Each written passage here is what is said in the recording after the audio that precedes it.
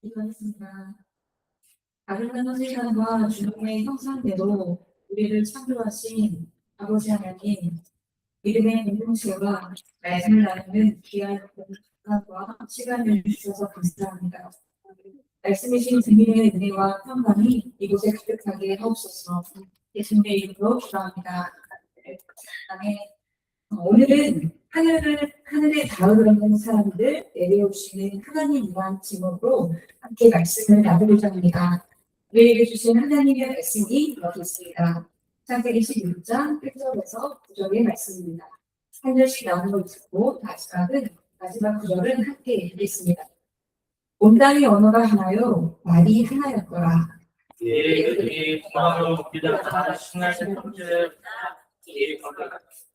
서로 말하되, 자, 벽돌을 만들어 경고에 굽자 하고, 이에 벽돌로 돌을 대신하여 명청으로 진흙을 대신하고,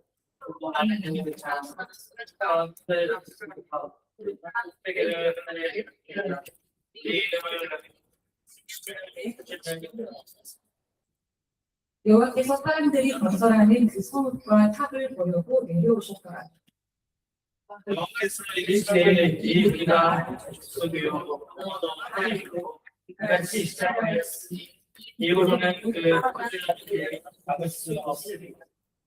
자, 우리가 내려가서 거기서 그들의 언어를 혼잡하게 하여 그들이 서로 알아듣지 못하게 하자 하시고, 거기서 그들을 본 지나에 주셨소. 그의 그 지나에 감사하게 주셨다. 함께 읽겠습니다. 그러므로 그 이름을 감사하게 이는 여호와께서 거기서 하나님의 언어를 함께 하셨으리라. 여호와께서 거기서 그들을 본 지나에 주셨다. 현재 세계에서 가장 높은 건물이 무엇인지 알고 계십니까? 그것은 두바이의 건축물인 부르즈 할리파입니다.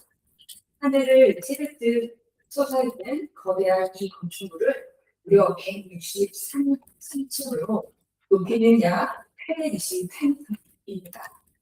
오늘 본문에도 탑이 등장하는데요. 본문 속 탑은 고대 메소포타미아의 지구라트를 배경으로 합니다. 지구라트는 벽돌로 만든 계단식 신전탑으로 흑백에 신을 위한 성소가 존재하였습니다. 하늘과 인간 세계를 연결한다고 여겼던 당시 사람들의 신앙심이었는데요. 바벨론 사람들은 이런 탑을 통해 인간 문명과 권력, 종교적 자부심을 드러냈다고 합니다. 인간은 왜 이렇게 탑을 쌓는 것일까요? 왜 그렇게 높아지려 하는 것일까요? 그 이유는 두려움 때문입니다. 이러한 심리적 현상은 오늘의 본문에서도 이어지는데요. 바벨론 사람들은 하나님의 명령이 흩어지기 두려웠습니다. 불안했습니다. 왼전을 원했습니다. 인간 중심의 우월한 힘으로 미래를 통제하고 싶었습니다. 자신들끼리 연합하면 하나님의 자리에까지 도전할 수 있다고 믿었습니다. 그래서 그들만의 힘으로 하늘 꼭대기까지 닿는 탑을 세우려 합니다. 하나님은 높아지려는 그들에게 분명한 규범을 지시하십니다. 어떠한 규범을 지시하는지 함께 살펴보도록 하겠습니다. 오늘 본문은 바벨탑 사건입니다. 이 사건은 단순히 높은 탑을 세운 이야기가 아닙니다. 이 사건의 핵심은 인간이 하나님보다 높아지려 한다는 데 문제가 있습니다. 본문 1절은 온 땅의 언어가 하나요, 말이 하나였더라고 시작되는데요. 이 말씀은 마치 창세기 1장 1절에 태초에 하나님이 천지를 창조하시니라 이 선언과도 비슷합니다. 언위심성이라는 사자성어가 있습니다. 이것은 말은 마음에서 나오는 소리이다 라는 뜻인데요. 오늘 본문의 사람들의 말은 그만한 마음에서 나오는 말소리를 내고 있습니다. 본문 3절과 4절에 나타나는 사람들의 말입니다. 자, 목도를 내고요, 경고의 굽자. 자, 성읍과 탑을 건설하여 그 탑 꼭대기에 하늘에 닿게 하자.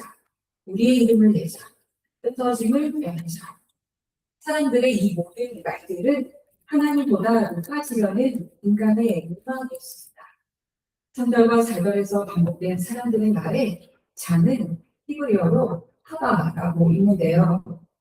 자, 시작하자 라는 결의와 집단적 의지를 나타냅니다.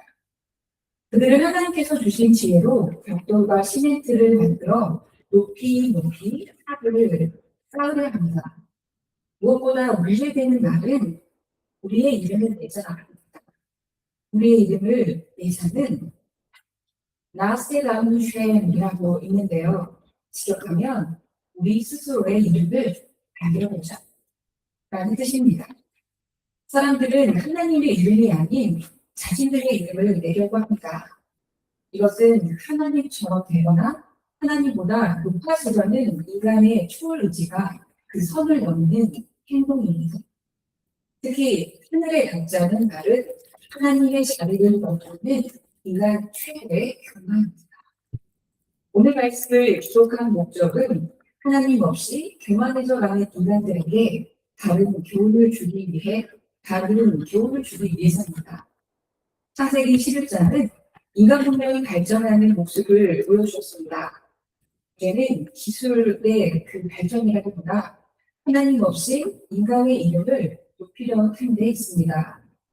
하나님께서는 사람들의 죄악을 보시고 그들을 그대로 내버려 주실 수 없으셨습니다. 오늘 5절의 말씀입니다. 여호와께서 사람들이 건설하는 그 성과 탑을 보려고 내려오셨더라. 본문의 동사 내려오셨다라는 말을 히브리어로 야라드라고 있는데요. 이 내려오셨다라는 표현을 쓴 것은 인간이 아무리 높이 탑을 올려 쌓아도 하나님이 보시기에는 너무나 작은 것이기에 내려오신다라는 표현을 쓴 것입니다. 그렇게 하나님께서는 그 작은 탑을 무너뜨리기 위해서가 아니라 인간의 교만을 경고하기 위해서 친히 내려오십니다. 본문 7절의 말씀입니다.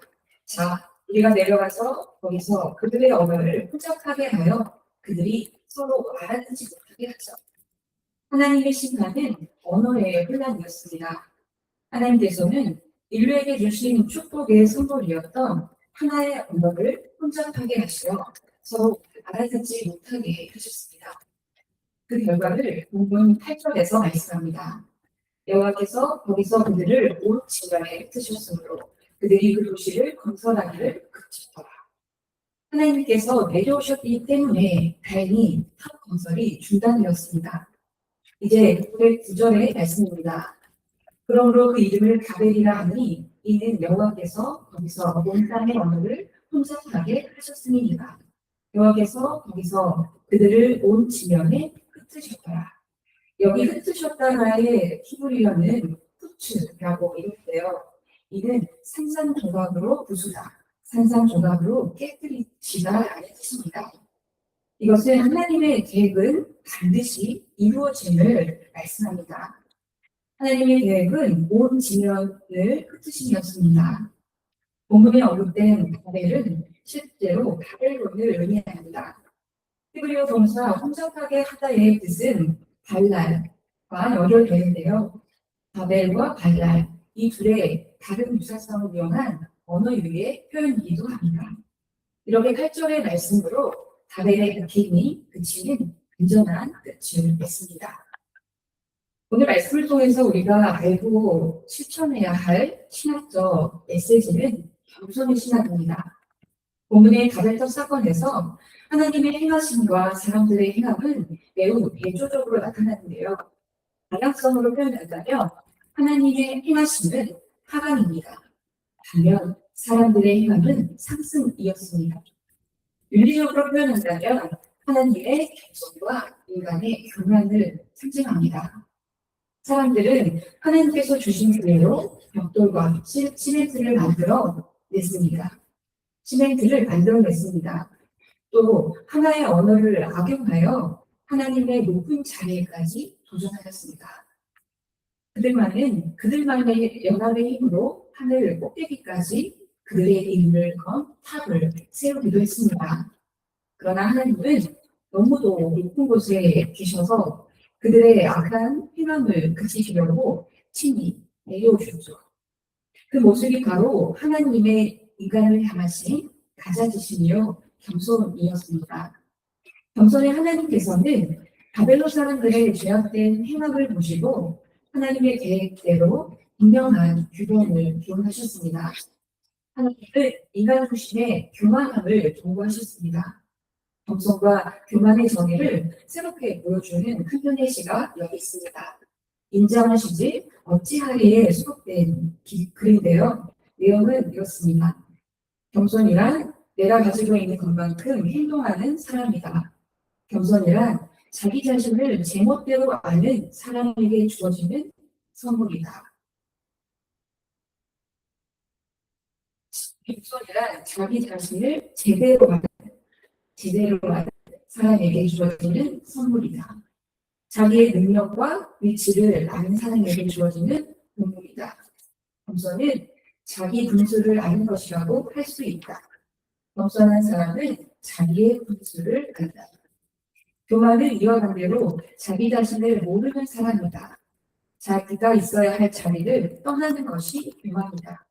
겸손은 올바른 덕목으로, 교만은 부도덕한 덕목으로 어려서부터 교육을 통해 그리고 주변 환경을 통해서 배워왔다.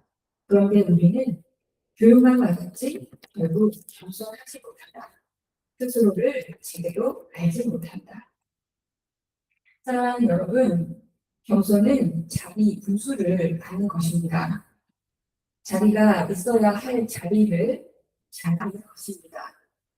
자신의 한계를 인정해야 합니다. 인간은 결국 하나님보다 높아질 수 없음을 깨달아야 합니다. 바벨탑 사건과 병행하여 보아야 할 신약 시대의 사건이 있는데요. 그것은 우리가 잘 알고 있는 사도행전 2장 오순절 성령 감림 사건입니다. 제자들은 부활하신 예수님의 말씀대로 다락방에 모여 아버지께서 약속하신 것을 기다리며 기도했습니다.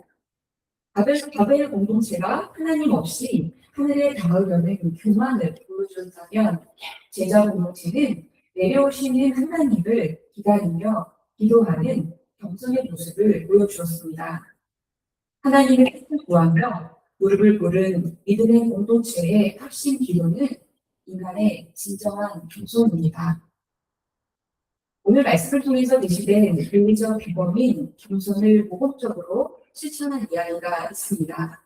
요한복음 13장 제자들의 발을 씻기셨던 예수님의 모습은 진정한 가사짐의 겸손이었습니다.